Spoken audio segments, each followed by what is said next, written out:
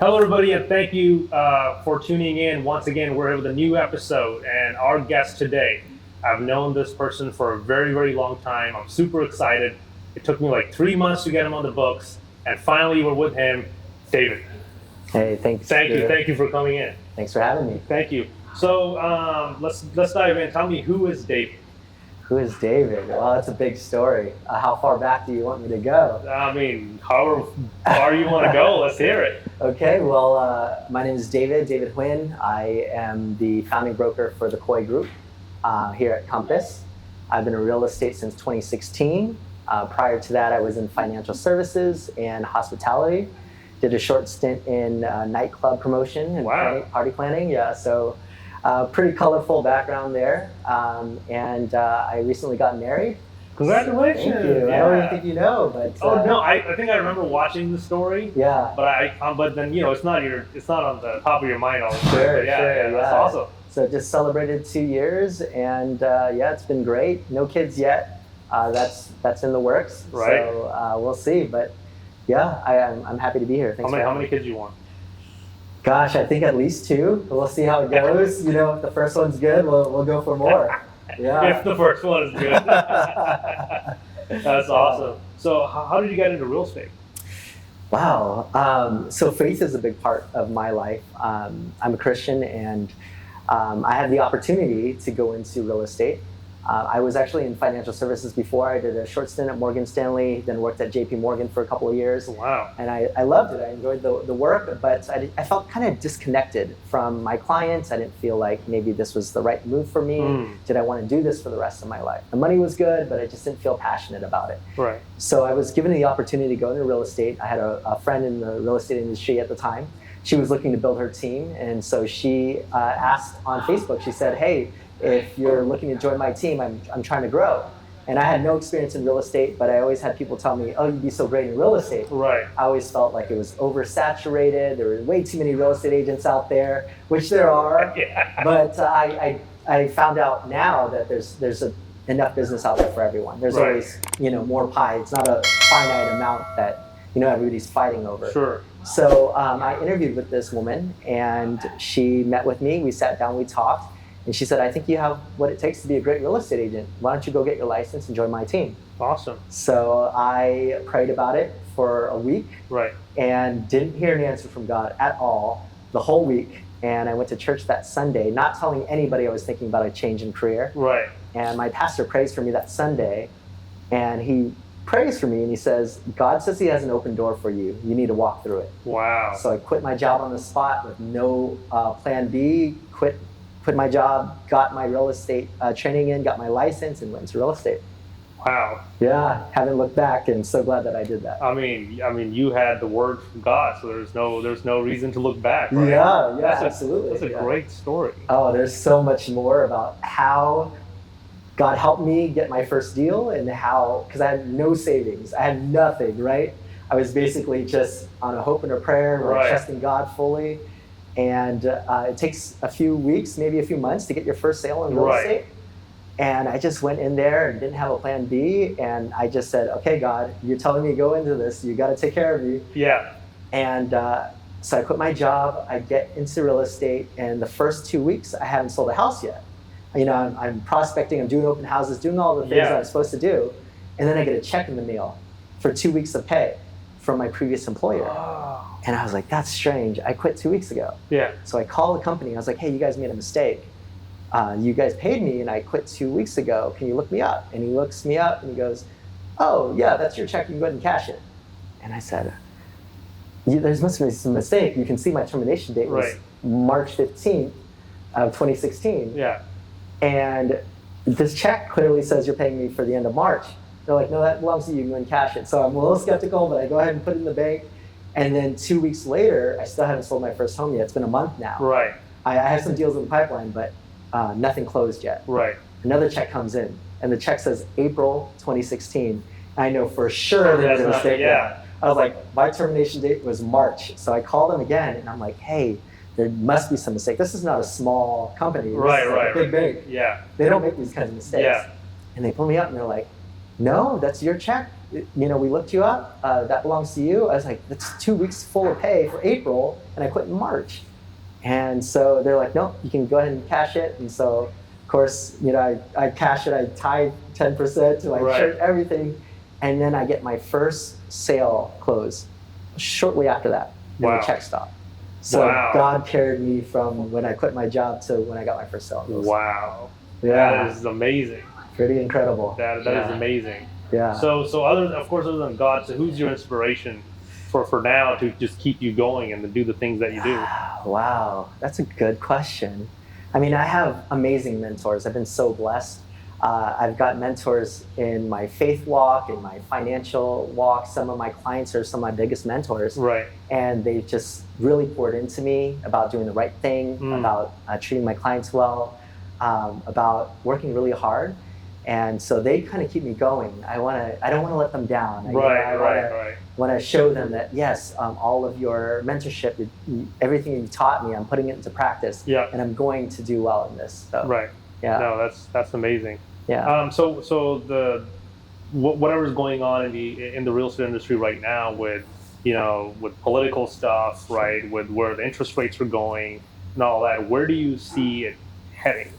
Like, I know we don't have a crystal ball, but what are you thinking that this is going to shape up to be in next year? Yeah, that's a good question. Like you said, nobody knows for sure.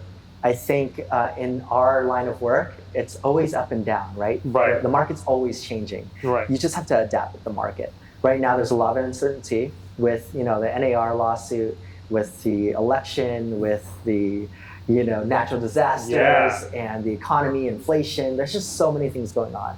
So you just have to adapt. I think the next couple of years will be very interesting depending on who gets in office. And without going into too much of the weeds there, I think what people want is a sense of confidence, right? With my buyers, they're hesitant to make a move right now because they just don't know what's going to happen. There's so much uncertainty there.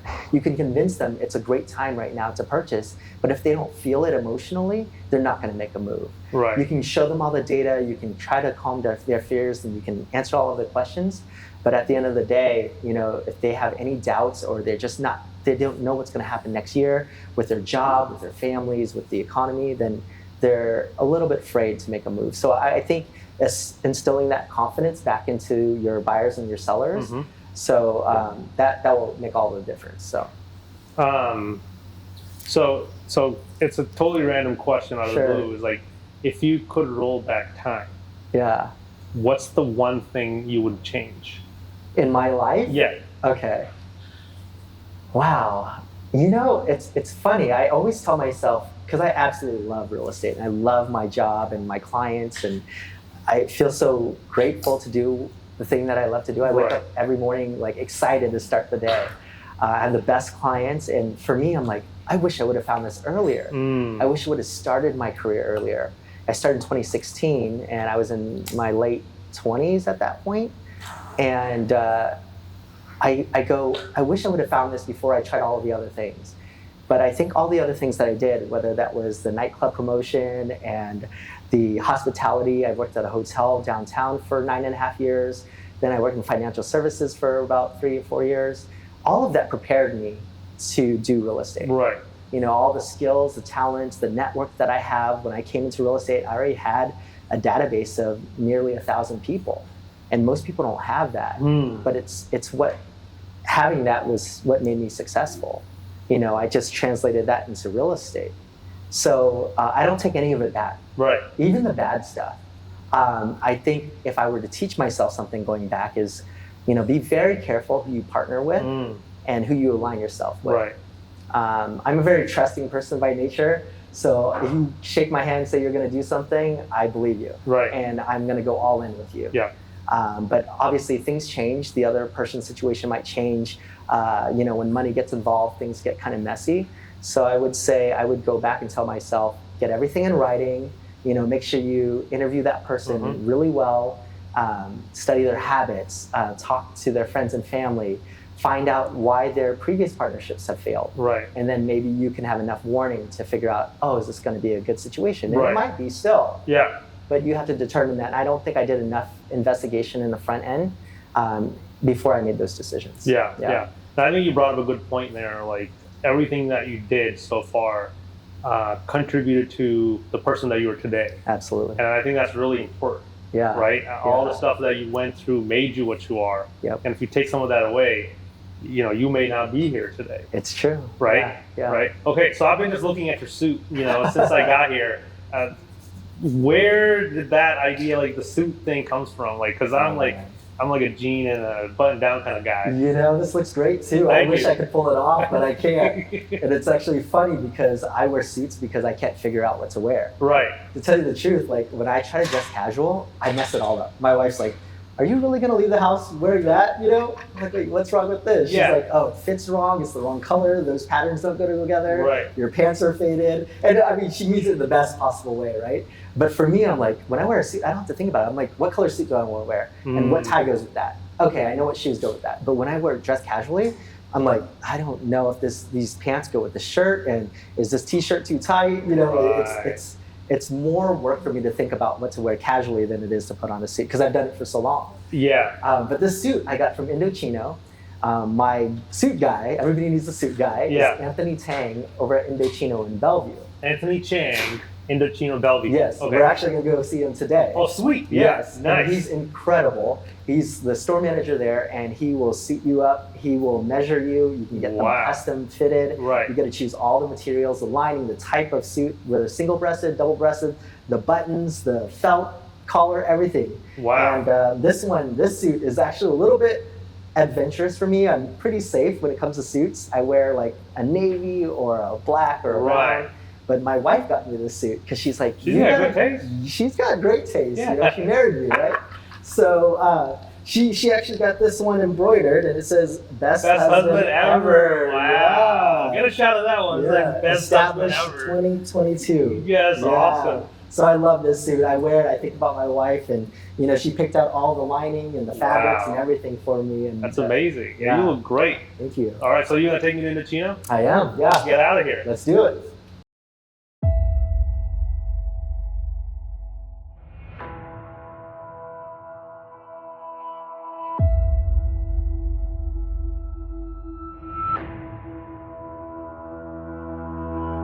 Okay, we're here, so tell us where we are. We are at Indochino in Bellevue. This is where I get all my suits. I'm glad that you're here. Thank you for doing that. But before we get into it, I just have one more question. Yeah. So what are your goals for this year, and what do you have plans for the next years to come? What's your vision? Yeah, for this year, I just want to finish off the year strong. It's been a very interesting market, a lot of uncertainty. So I really just want to reassure my buyers and my sellers and just let my clients know that it's going to be okay. Right. And just finish off the year strong. And then going into next year, I think there'll be more confidence around the market. And I really want to build my team. Right now, I'm really trying to grow. And so it's hard to do everything myself. I do have one buyer's agent on my team. I have a transaction coordinator. I have my preferred lender, but I really want to grow this and have additional agents on my team so I can really grow. Oh, that's amazing. Thank you. Yeah. So, and I know you have another person part of your team that's right here that dresses you up really nicely. I think it's time to introduce him. Yeah. So Anthony Tang is my suit guy. He's right here. He helps me look good. Anthony, nice to meet you. Thank you for coming in. That's amazing. It was really nice to meet you. So Anthony, tell us about yourself. Yeah, so I'm the showroom manager here at Bellevue. I've been the showroom manager since literally day one, so I've been here for about 5.5 years. Wow. Literally worked with David for the last I think 3 years now. Yeah, at possibly. least I think so. Been doing here with the made to measure process. Super exciting, really fun. Right, nice. So what's the most amount of money this guy has spent on a suit? Oh, should I share that? Sure. I think you have a total. Yeah, I do have a total. Oh, wow. Okay, let's hear it. I want to say close to maybe 8,000 in total, at least. That's it? Okay. Wow, that's not too bad. You were thinking because I was like, ooh, okay, my wife better not see this, right? Yeah. We'll cut it out. So thank you for sharing that. Yeah. So tell us a little bit about your background and how did you start in the suit business? Yeah, most definitely. So I've always been in retail, primarily through fast fashion. So I've been in retail for about 17 years now. Wow. So how I got into doing Indochino, or at least starting with suits, was that initially when the first showroom was opening, the Seattle location, I got reached out by our VP at the time. At the time, I was really happy where I was. So then I just passed. And then a year later, they decided to open this Bellevue location. I decided to say, sure, let's try it out. And then, yeah, it's day one. Been here since then. That's amazing. That's amazing. So tell me this, like, why would I buy a suit from Indochino versus a suit that's like pre-made? Yeah, so yes, we get that a lot. So I would say one of the biggest difference with when you have ready to wear, again, with ready to wear, you're just buying a suit that's already made, right? So regardless of when you're getting it, you're just trying it on and maybe wanting to do alterations if you feel like you need to. Versus at least what we do, we're initially measuring your suit to fit your body. So whether you have fit concerns or like your postures, those are things that we are considering when we're fitting you. Right. But then also another thing is we're talking about lifestyle, right? How often do you wear a suit? Do you wear it for work? Do you wear it for events? How can we make sure the suit that you're getting makes sense for you, that it complements your lifestyle? Oh, so there's a different measurements and suiting styles for like if you're working or if you're going to an event. Most definitely, right? Because we want to talk about, I think a lot of people think, tighter is the better. That's maybe not necessarily the case, but I think, certain, natural just range of mobility, that's important, right? Right. If you want to, depending, if you're working at a desk and you're doing this a lot, right? The back of our minds, we need to make sure that the chest and the shoulders are a little bit roomier so that way you have that range of motion. So those are things that we're also considering as we're fitting you. I didn't know there's a lot that much goes on into just a suit. Yeah, and then we also talk about, how often you wear a suit. So that also might determine what fabric selection will probably be best, Right. You want to do something that's necessarily has more stronger mobility with it, a thicker fabric, or versus just like something that's a little bit more delicate. Right. So those are just so many different factors that we think to, us as style guides, when we go into each individual appointment, talking about, what makes sense for you and also like what you want. I never get those questions asked at JCPenney. Right, yeah. I just go to 42 regular and then I'm okay. I know, I appreciate that. So how would a guy like me get into that stuff? Because I got another accessory that I got to match, and I'm already confused wearing this, picking that out. So how would I try to get into that space and then picking the shirt and the turban and the jacket and all that stuff? Well, yeah, I think that's one of the great things of what we offer here at Indochino is the fact that, as you come in, we want to talk about that, right? We want to talk about one, initially, is there an event that you're shopping for? Right. Is there a color that you're kind of focusing on? And then let's talk about, what works for you. Let's talk about, how do you want to accessorize this, right? For you, you have turbans, you have multiple turbans. Let's talk about that, right? Do we want to focus on a specific suit color and maybe letting the turban kind of complement with your accessories, whether you do ties, pocket squares, lapel pins, things like that. Right, and then the watch and then the belt. Yeah, I'm already it's already running through my head. Like, oh my God, where am I gonna put it? How is it gonna work out? Yeah. Okay, so what does that process look like from somebody coming in here to getting a suit to the finish line? How long is that process? Yeah, so usually roughly it takes about an hour. So initially, the first half, we'll talk about fabric selection, as well as talk about customization. So within the process of what we do, once you choose the fabric that you want for your suit, then we talk about how do you want to design, right? So let's talk about, different lapels to buttons, pocket colors. You even get to choose the lining. So such as mine, I have this right here. Ooh. Yeah, so really fun. Yeah. Then the other part is going to be doing the measurement portion. So we start off with some body measurements. Now with the body measurements, that's really going to be for our custom shirts because that's going to be custom as well. Oh, custom shirts too. Most definitely, yeah. So we have different monogramming. I really got David into doing the baker shirts. I love that. I'm obsessed. Then we also have you try on templates. So the templates that we have you try on, they're going to be a dark gray suit fabric, and that's where we're going to go over what fit you want, right? Right. So talking about, how do you want your jacket shoulders to feel? How long, sleeves, things like that. So that's initially the whole process, and that's kind of the hour long. Wow. I mean, it's just a full experience that everybody's getting that's sort of coming here. So do I get to, Yeah, most definitely. Let's do it. I'm excited. Right, I'm super excited. I don't even know what I want. So thank you. Thank you for let's just get it going. Perfect. All right.